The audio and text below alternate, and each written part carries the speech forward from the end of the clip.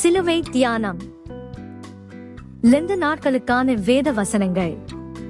ஒன்றான மெய் தேவனாகிய உம்மையும் நீர் அனுப்பினவராகிய இயேசு கிறிஸ்துவையும் அறிவதே நித்திய ஜீவன்.